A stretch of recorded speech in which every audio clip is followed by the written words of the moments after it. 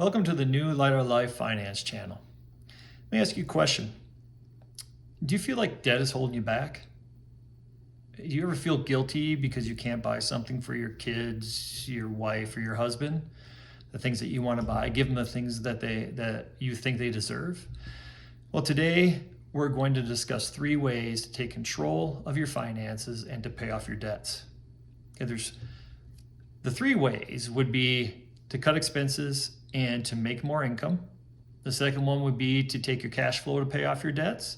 And a third one would be velocity banking. So the first one is cut expenses and make more income. This is what you hear Dave Ramsey talk a lot about. This takes a lot of discipline and or being so fed up with your debt that you'll do anything to get rid of it. Okay? So cut expenses. You want to spend less at the grocery store. His old thing of beans and rice and beans. Pack your lunch when you go to work. Don't spend money at places like the gas stations. If you stop at the gas station, get a drink and a snack, go to Costco, go to Sam's, buy those there. You can buy them in bulk, and it'll end up costing you a lot less than it would be going to get them at the gas station. Cut subscriptions, postpone vacations and trips, spend only on needs, not on wants. Just bare bones basic. It's boring, and your lifestyle again is going to be cut. Maybe gas. If you find yourself, maybe you can cut back on gas. Maybe you can spend an extra or save an extra $20, $30, $40 a month. Because you may go to the grocery store 3 times a week. A way to not have to go to the grocery store 3 times a week would be to check your cupboards and your fridge and your deep freezer. Make sure you write down everything that you need, and you can only go 1 time. So it'll save you in gas, possibly. I'm just trying to think of some ways that people can cut their expenses so that they can put that money towards the debt. Income. You can up your income. You can work more hours. You can get a side hustle, Uber, Lyft, DoorDash. You can freelance work. You can babysit, tutor. There's many things that you can do. Start a blog. Many things you do to make extra money.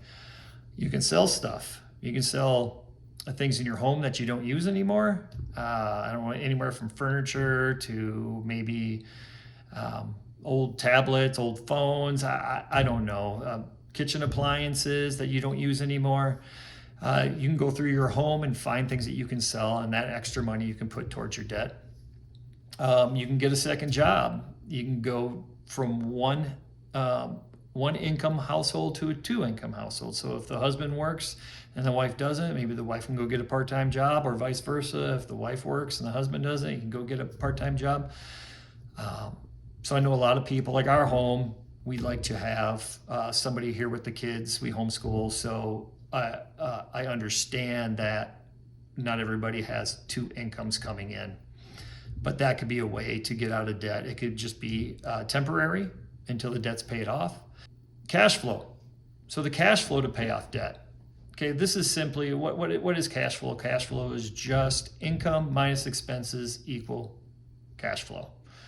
Okay, in your expenses, though, you're always going to take the debt you have on credit cards or loans or car loans. All that's going to be added into the expenses, all right? I don't want you to take your income and then have your utilities, your rent, your food, your clothing, all that other stuff, and then have somewhere else all the minimum payments on all of your credit cards and loans. Okay, so with this one, all you're basically going to do is you're just going to take the extra cash flow that you have, the income minus expenses, plus the minimum payment on the debt, on your first debt you're gonna pay off. Okay, you're gonna snowball this thing, and you're just going to take that amount of money. So let's say you have $250 cash flow, and the first credit card you want to pay off is a $200 minimum balance. So that's gonna be $450 that you're gonna put on that credit card every month until it's paid off. Okay. With this one, consistency beats intensity. Okay, you just being consistent and continuing to put that money. Some people find this hard to do because they see the extra cash sitting in there. They see the extra cash flow and they want to go spend it somewhere else. You have to be disciplined with all three of these for any of these to work. Okay. The last one is velocity banking. Okay, what velocity banking is just taking a debt tool like a HELOC or a PLOC. A HELOC is a home equity line of credit, and a PLOC is a personal line of credit. Okay, notice what I didn't say. I didn't say home equity loan or a personal loan. Okay, there's two different things. We'll just use home equity loan. A home equity loan, they take the money, they dump it into your account, and they say with a set payment that's going to pay it off in 10, 15 years. Okay, we don't want that. All right, what we want is a HELOC, which is a line of credit. Okay, a HELOC is going to be calculating the interest on the daily average balance.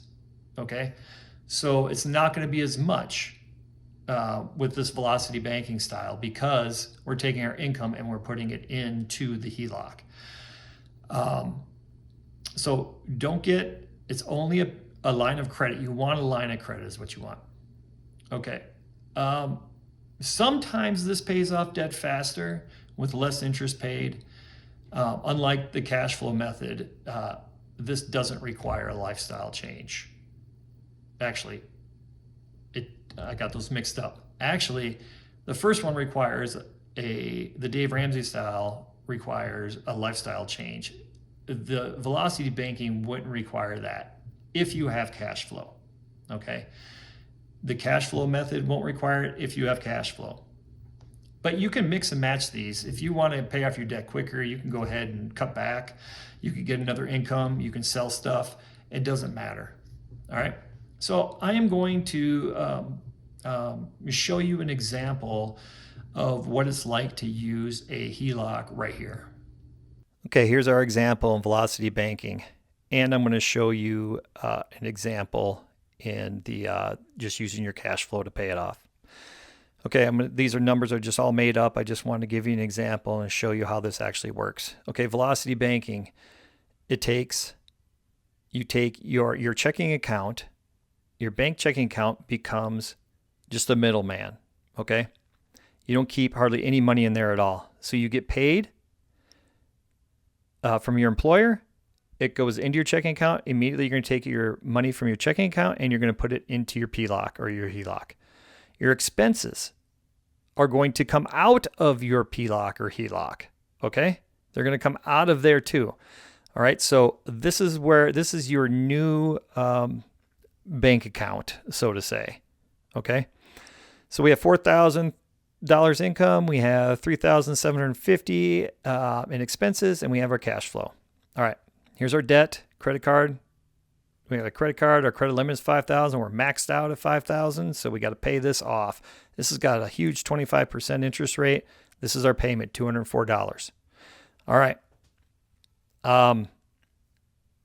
Since this will be paid off, we're going to take this and we're going to pay it off with this. I'm going to take money from my PLOC. I'm going to take $5,000 from my PLOC. I'm going to put it in my bank account. I'm going to pay this credit card. Okay? That's how this works. So this becomes no more. It's gone. It's now transferred to my PLOC. The $204 now becomes cash flow. Okay? So then I'm going to remove that from my expenses because the $204 was included in the $3,750. So now I'm going to subtract it from there, and now I get $3,546 for my expenses. That leaves me with $454 worth of cash flow. Okay, so let's go down to our PLOC. So here's month one. We took the money out of here, put it in our bank account, out of our PLOC into our bank account, paid off this credit card. So now we have a balance. Our balance moved from our credit card to down to here. We are going to input we're going to take our income and we're going to take it from our bank account when we get it, the day we get it, the next day we get it, preferably the day you get it, and you're going to put it into your HELOC, your paycheck. All right. You're also going to pull your expenses from your HELOC and you're going to put them in your bank account, and then you're going to pay from your bank account. Everything comes from here now. This is where your money's coming from to pay your bills, and this is where your money's going to. This is where your income's coming into, okay? So this is just simple math going across. Okay, we got 5,000, 4,000 income comes in, a balance of 1,000. We take our expenses out. This is the interest we're going to have. This is the total. This is transferred over to month 2. So this is our new balance. We do the same thing for 3 months. But you notice when we get to month 4, we have a little issue here. And the little issue is we owe less than what we want to put in, than our income is. So what we have to do is we have to only pay what we owe, which will be a zero balance. Okay, but we're going to take the leftover, the 4,000 minus the 3,708 ends up being 291.26. This is going to stay in your checking account and you're not going to spend it. You can't spend it. Okay. We're going to pull our expenses out in month 4. Week 3 or 4 of month 4 on down, you are going to take the money that's left in your checking account and you are going to put that into your HELOC. You're going to pay on your HELOC with that money. Okay? Then we have our interest, and then we have our $356.22.99. This month, this number looks different than this one. That's because of the $291.26 we paid on it. So this is what we actually owe. Okay, we owe $382.71. We're going to do the same thing. The $4,000, we make more than what we owe. We're going to pay on what we owe. We're going to pull our expenses out. The third or fourth month, we're going to take the extra from our income and we're going to put it on the PLOC. Okay, that follows all the way down until month 12. Okay, when we have $156.12 that we owe on this. Okay, so what we're going to do on month 12 is we are going to pay that off with our income. And then from this point on, we don't have to use a PLOC anymore. From this point on, we can now pay from our income of $4,000. We can now pay our expenses from our checking account. Okay, you end up saving $150.12. Now I'm going to go over here to the cash flow side of things. If we just use the extra payment with the cash flow, that was the second method we talked about. We have our $5,000 balance. Forget about the PLOC now. We're going right back up to this. This is the way it is when we start doing this over here. So $5,000 balance, we take the minimum monthly payment plus the cash flow, and we pay that on the credit card. That becomes our new balance. That's the interest we pay. And then the new total is 4,649. Okay, we're going to go all the way down. We're just going to keep doing that all the way up to 12 months.